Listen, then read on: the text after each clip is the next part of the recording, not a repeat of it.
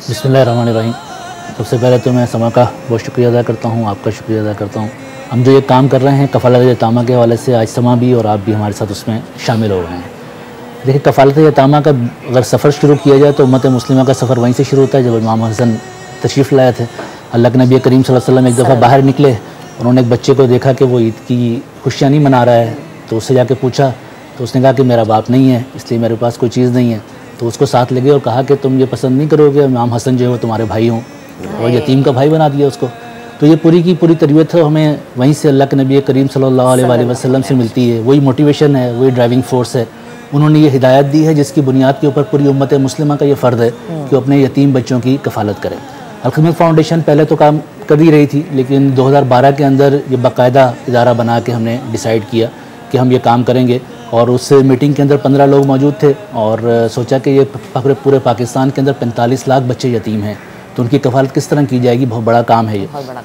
तो उनका आगाज़ किस तरह करें, तो वो जो 15 लोग वहाँ पर मौजूद थे उन्होंने तय किया कि हमारे जितने बच्चे हैं हम उतने ही और यतीम बच्चों की कफ़ालत करेंगे। यानी अगर मेरे 3 बच्चे हैं या 4 बच्चे हैं या 5 बच्चे हैं तो मैं 5 यतीम बच्चों की कफ़ालत अपने से मैं ले लूँगा। तो वो उन 15 लोगों ने आगाज़ किया और आज अल्लाह का शुक्र है कि पूरे पाकिस्तान के अंदर तकरीबन 20,000 यतीम बच्चों की कफ़ालत जो है वो हम कर रहे हैं। अल-खिदमत फाउंडेशन ने ये कोशिश की बुनियादी तौर पे कि यतीम बच्चे हैं ये ऐसे हैं कि जिनकी कोई रिप्रेजेंटेशन नहीं है, जो कहीं पर अपनी बात बता नहीं सकते हैं, उनके जो मसाइल और मुश्किलात हैं उनको कोई हाईलाइट नहीं करता है। तो हमें सबको मिलकर उन यतीम बच्चों की कफ़ालत करनी है। अल्लाह के नबी करीम सल्लल्लाहु अलैहि वसल्लम ने फरमाया कि जितने यतीम बच्चे हैं उनका मैं कफ़ील हूँ। इसका मतलब ये है कि जो दुनिया से आने वाले जितने भी यतीम बच्चे होंगे उन सब के कफ़ील अल्लाह के नबी करीम सल्लल्लाहु अलैहि वसल्लम है। और जो फ़र्द उम्मत मुस्लिमा में किसी यतीम बच्चे की कफ़ालत कर रहा होता है वो अल्लाह के नबी करीम सल्लल्लाहु अलैहि वसल्लम की ज़िम्मेदारी अदा कर रहा होता है, क्योंकि अल्लाह के नबी करीम सल्लल्लाहु अलैहि वसल्लम ने अपने ऊपर ये ज़िम्मेदारी ली है। इसलिए ये पूरी उम्मत मुस्लिमा की ज़िम्मेदारी है कि वो अपने यतीम बच्चों की कफ़ालत करें। आपने एक हदीस सुनाई अल्लाह के नबी करीम सल्लल्लाहु अलैहि वसल्लम की कि जो एक यतीम बच्चे की कफ़ालत करेगा वो जन्नत में आखिरत वाले दिन मेरे साथ इस तरह होगा जिस तरह ये 2 उंगलियाँ एक साथ हैं।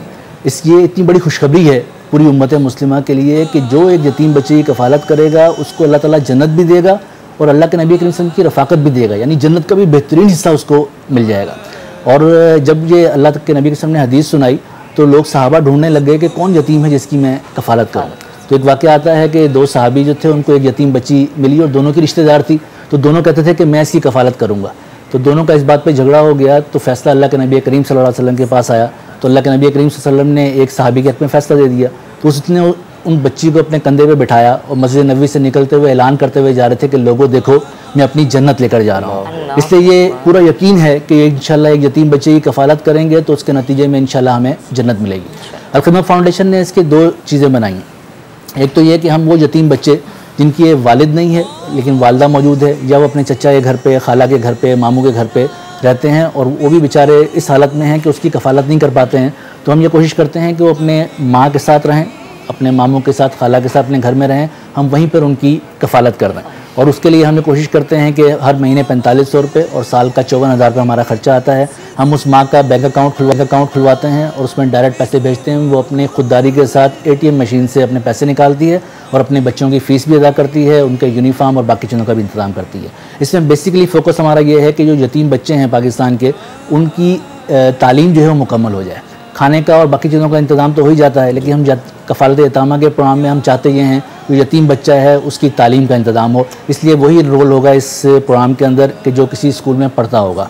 और हम ये कोशिश भी करते हैं कि जो डोनर उसके लिए पैसे देता है उसको हम उसकी 3 महीने के बाद की रिपोर्ट, 6 महीने बाद उसकी रिपोर्ट जो है उसके साथ शेयर करें स्कूल की, ताकि उसकी एक अटैचमेंट भी उसके साथ बने और ट्रांसपेरेंसी भी उसमें बढ़ती चली है। उसको मालूम होता है कि पाकिस्तान के कौन से शहर के अंदर कौन से स्कूल में कौन सा बच्चा है जिसकी मैं कफ़ालत कर रहा हूँ, जिसको मैं माहाना पे कर रहा हूँ।